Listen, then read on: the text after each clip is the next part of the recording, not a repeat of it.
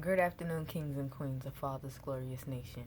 Today, we're going to be speaking on the subject of divine heart and understanding and learning and honestly coming to the realization that it takes heart to win the battle. It takes heart to win the war.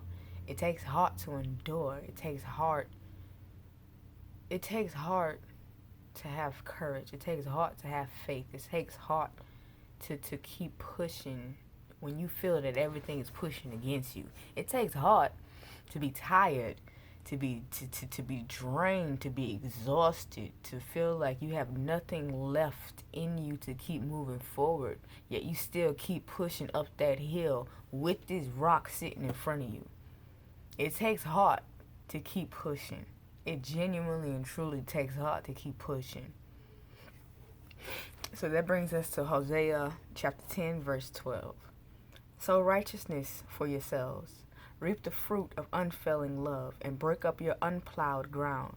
For it is time to seek the Lord until he comes and showers his righteousness on you. So this means that you gotta understand that when it's the most difficult, understand when things are the most hardest, understand when you are literally at that cusp of giving up, or you have already literally mentally just given up. It's just the physical elements around you have not allowed you to give up. Once you reach that point, you got to be real with yourself, and you have to. Those points are pretty much the decision makers. Those points are what's those areas of our lives, those trials and tribulations, those forks in the road. This is the fork in your road. Those forks in the road is what decides your future. Those forks in the road is what decides whether or not you will continue the same cycle that you have already gone through, or if you will have the courage, faith, strength, and heart to do something different and go an entirely different path. To have the strength, to have the courage to do every single thing you know different in order to get something different. It takes heart to put energy into things that make you uncomfortable. It takes heart to put energy into things that you don't fully understand, or it takes heart to put faith, to put energy, to put anything of you into things that you're not even sure is going to really build you. It takes heart to push to identify with something that you feel is not even identifiable with who you are as a person.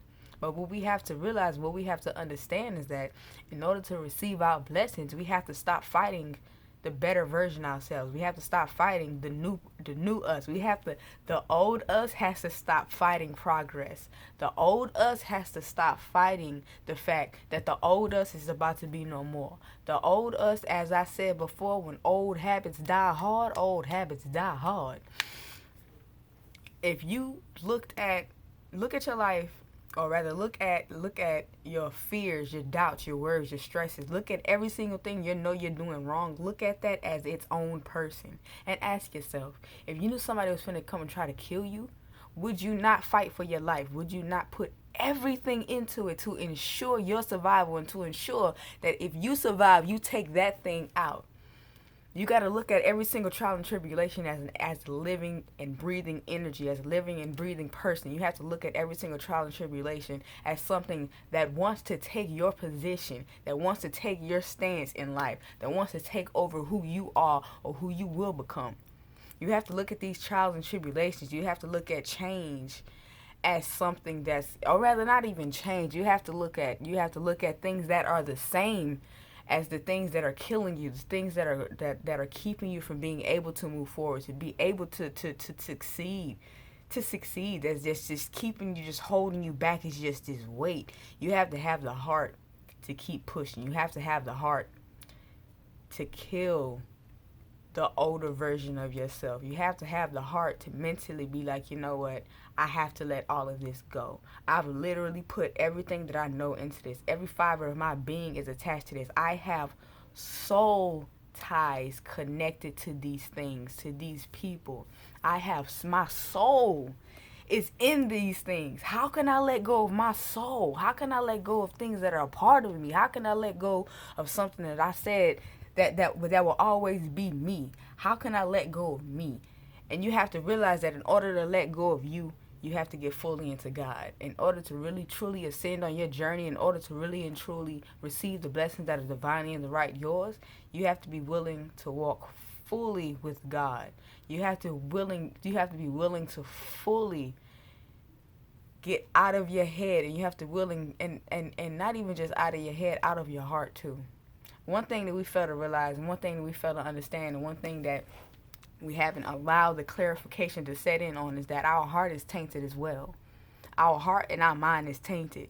And when I say our heart and our mind is tainted, don't instantly get to the thought of, okay, well, if my heart and my mind is tainted, how exactly can I properly discern the direction I need to go? That is where faith comes in at. Although your mind and your heart is tainted, your spirit and your soul is not. Your spirit and your soul will always remain the same. It will always be one way or another. While we are as human vessels, while we are as human individuals within our emotions, while we change on the daily, the spirit and the soul does not.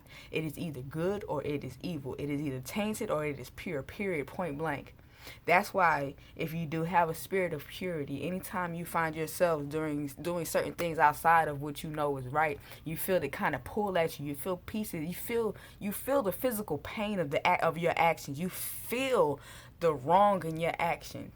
And on the flip side, if you do have a tainted soul, or you just have a soul that is just pure and dark, then you're gonna look at doing the right thing as like, why? What? You'll look at doing the right things as like something that's just foreign to you, something that's just that no type thing.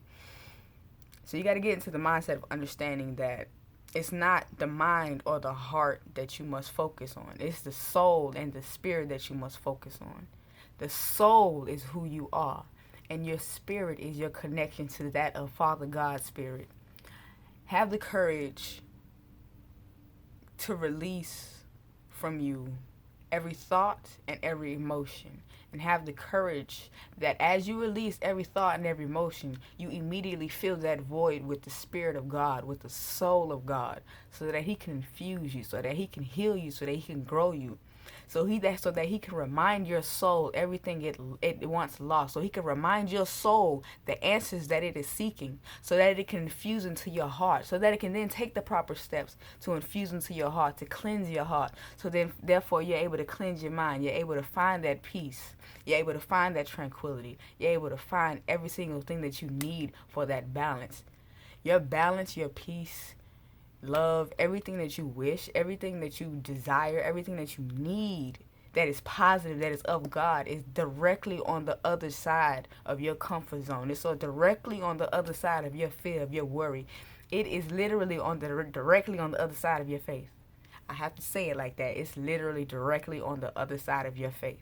All you must do is have the faith to understand that as you continue to walk forward, God got you. No matter how much you stumble. And understand another thing I've been meaning to say as well. While we have free will, we are not free of our decisions. We are not free of the consequences of our actions. Meaning, along with saying that, although we have free will, and although we are not free of the consequences of our actions, the Father God that we have, the God of love that we have, He will not allow you. He still will not allow you to go where His grace cannot protect you. That means no matter how many mistakes you make, you are literally still in His grace until you consciously deny Him. Until you consciously deny God, you will always be in His grace. Until you consciously deny God, you will always be on the way. No matter how many times you fall, no matter how many times you stumble, because God always got you. And I pray that y'all receive it, and I pray that y'all understand the severity, the depths of the growth that you are enduring, and the growth that you are about to ascend into. Understand that all is well. All is always well. No matter how terrible it gets, all is always well. And we both pray and claim for y'all a divinely blessed, God will and God-filled day. And I pray that y'all continue on your journey, and I pray that you continue to grow and become everything that you were meant to be. Have a blessed day.